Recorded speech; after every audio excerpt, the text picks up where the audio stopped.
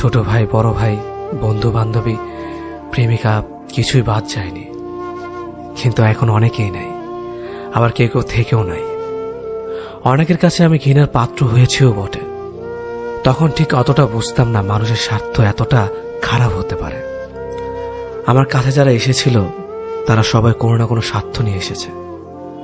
যখনই তাদের স্বার্থ শেষ হয়েছে তখন থেকে আমাকে ভুলতে তারা দ্বিতীয়বার ভাবেনি। ভাবতে অবাক লাগে, কিছুদিন আগেও আমি এমন ছিলাম যে কেউ আমার কথা না রাখলে খারাপ লাগতো, আমাকে কেউ হার্ট করলে চোখে পানি এসে যেত। অনেকদিন ধরে কেউ খবর না নিলে মন খারাপ করতাম। অথচ সময়ের সাথে সাথে এমন শক্ত হয়েছে, এখন কেউ কথা রাখা তো দূরের কথা, আমি কারো কাছে কিছু আশা করি না। এখন কেউ হার্ট করলে আমার হাসি পায়, কেউ খবর না নিলে আমারও কিছু আসে যায় না, কোনো কিছুই মনে থাকে না। অনেকে হয়তো বলবে সবকিছু ধীরে ধীরে ঠিক হয়ে গেছে।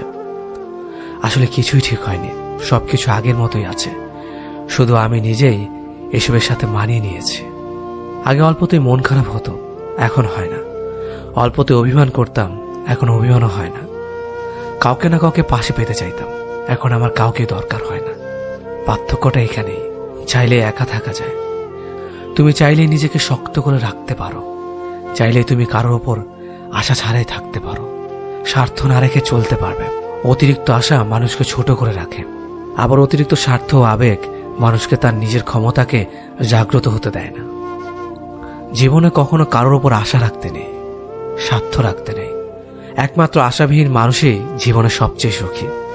বাঁচতে চাইলে একাই বাঁচতে শিখো, একা একা অনেক দূর এগিয়ে যাওয়া যায়, সেখানে মাঝপথে কাউকে হারিয়ে ফেলার ভয় থাকে না।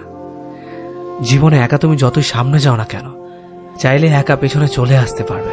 কিন্তু যদি কারোর উপর ডিপেন্ড হয়ে সামনে আগাও এবং সে যদি মাঝপথে তোমাকে রেখে চলে যায়,